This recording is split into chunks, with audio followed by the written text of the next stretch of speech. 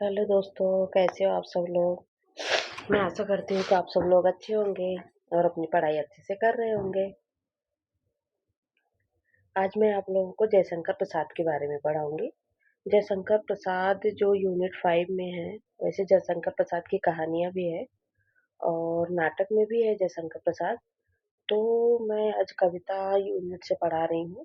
तो जयशंकर प्रसाद के जीवन परिचय पढ़ाऊंगी। जैसा कि लास्ट वीडियो में पढ़ा चुकी हूँ। तो आप लोगों ने बोले भी थे कि आगे जयशंकर प्रसाद के बारे में पढ़ाने के लिए। तो मैं जयशंकर प्रसाद के बारे का जीवन परिचय आज पढ़ा दे रही हूँ। और अगले वीडियो में मैं फिर उनकी रचनाएं ट्रिक के साथ पढ़ाऊंगी। और फिर उसके अगले वीडियो में कविता में क्या क्या उन्होंने किए हैं, जैसे कामायनी सर का जो 3 सर्ग उनका पढ़ाना है, आंसू भी पढ़ाना है। तो मैं ये सब आपको पढ़ाऊंगी जयशंकर प्रसाद के बारे में।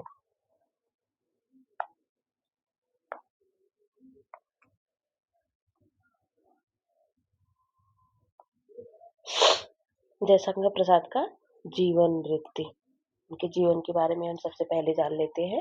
क्योंकि Jaishankar Prasad NTA UGC net की दृष्टि से अगर देखा जाए तो बहुत ज़्यादा इम्पोर्टेंट टॉपिक है। जयशंकर प्रसाद का जन्म 30 जनवरी 1889 को गुरुवार के दिन बनारस के गोवर्धन सराय मोहल्ले में समृद्ध वैश्य परिवार में हुआ था।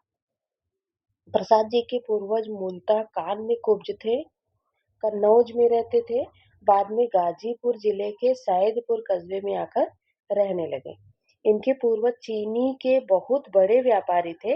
कहा जाता है कि एक बार चीनी से लदी कई नावें गंगा में डूब जाने के कारण काफी नुकसान हुआ था।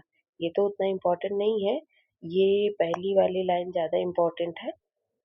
प्रसाद जी के पितामह शिव रतन साहू सुरती के व्यवसाय में इतने प्रसिद्ध हुए कि इनका परिवार पूरे बनारस में सुंगनी साहू के नाम से प्रसिद्ध हुआ।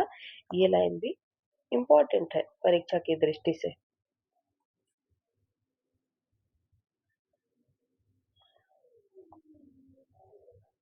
शिव रतन साहू के 6 पुत्रों में तीसरे पुत्र देवी प्रसाद साहू थे। जयशंकर प्रसाद इन्हीं के पुत्र थे। मतलब तीसरे पुत्र जो देवी प्रसाद साहू थे, जयशंकर प्रसाद उनके पुत्र थे। पिता और पितामह दोनों ही महादानी थे। उनकी दानशीलता का गुण प्रसाद को विरासत में मिला। मतलब ये प्रसाद जी भी दानशील व्यक्ति थे। प्रसाद जी के पिता पितामह प्रतिदिन गंगा स्नान या विश्वनाथ जी का दर्शन करके लौटते तो रुपए पैसे लुटाते चलते। बनारस की जनता हर हर महादेव की जयघोष में इस वंश के लोगों का सम्मान करती। इस तरह का सम्मान बनारस महाराज के अतिरिक्त केवल इसी वंश को प्राप्त है।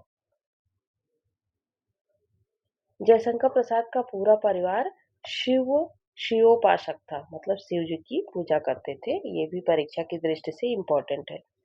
माता पिता प्रसाद जी के जन्म को लेकर झारखंड के वैद्यनाथ धाम से लेकर उज्जैनी के महाकाल तक की आराधना की थी। इसी कारण प्रसाद जी के बचपन का नाम झारखंडी भी पड़ा। ये भी इम्पोर्टेंट है। बाद में इनका जयशंकर प्रसाद नामकरण झारखंड वैद्यनाथ धाम में ही हुआ। घर के लोग इन्हें खंडेराव नाम से पुकार बुलाते थे।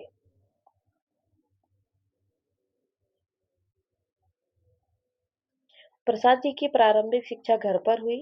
उच्च शिक्षा के लिए क्वींस कॉलेज में दाखिला लिए, पर कुछ ही समय में छोड़ दिए।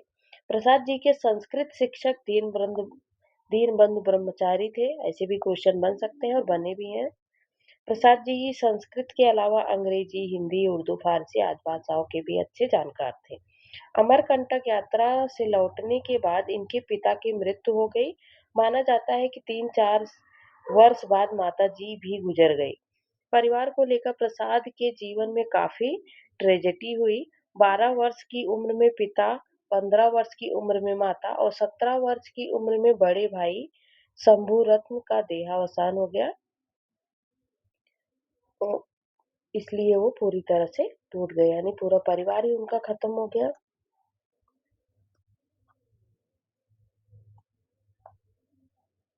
जयशंकर प्रसाद ने 3 शादियां की। प्रथम विवाह 1908 में स्वयं किया, कारण उनके परिवार में एक भी पुरुष जीवित नहीं बचे। पहली पत्नी क्षय रोग के कारण शीघ्र ही मर गई।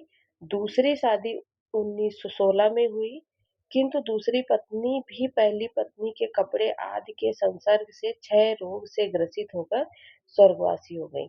तीसरी शादी उन्होंने 1918 में किए, यानी 2 ही साल में। इस पत्नी से ही उनके एकमात्र पुत्र रत्न शंकर हुए।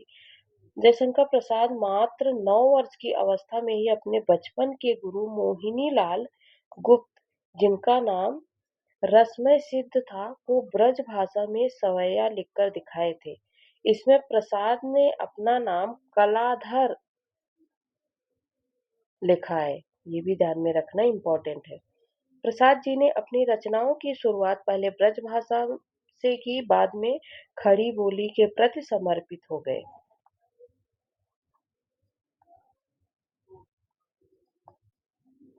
जयशंकर प्रसाद छायावाद के प्रमुख कवि हैं।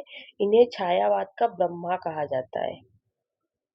ब्रह्मा, विष्णु और महेश, प्रसाद, निराला और पंत। अगर सीरियल वाइज देखा जाए तो ब्रह्मा, विष्णु और महेश का बोला जा सकता है। प्रसाद जी की साहित्य यात्रा सन 1909 ईस्वी में उनके भांजे अंबिका प्रसाद गुप्त के संपादकत्व में इंदु नामक मासिक पत्रिका से आरंभ हुई। यानी इंदु पत्रिका मासिक थी, ये भी अपने को ध्यान में रखना है। वैसे प्रसाद की प्रथम कविता सावन पंचक, इम्पोर्टेंट पॉइंट, सन 1906 ईस्वी में भारतेंदु पत्रिका में कलाधर उपनाम से छपी थी। ये लाइन बहुत ज्यादा इम्पोर्टेंट है।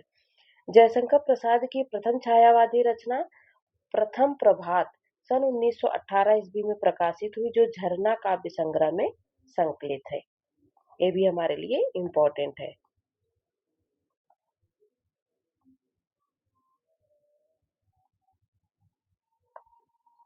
प्रसाद जी की प्रथम पुस्तकाकार रचना उर्वशी चंपू काव्य है, जो 1909 में इंदु पत्रिका में प्रकाशित हुई। इनकी ज्यादातर रचनाएं इंदु पत्रिका में प्रकाशित हुई है।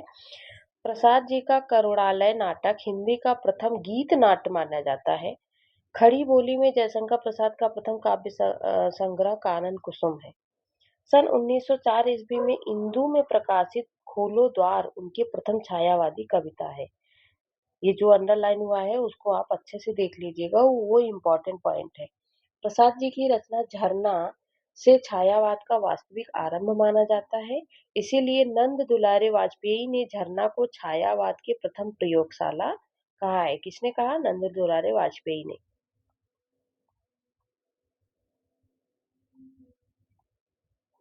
प्रसाद जी की रचना चित्राधार में इनकी ब्रज भाषा में रचित कविताएं संकलित है।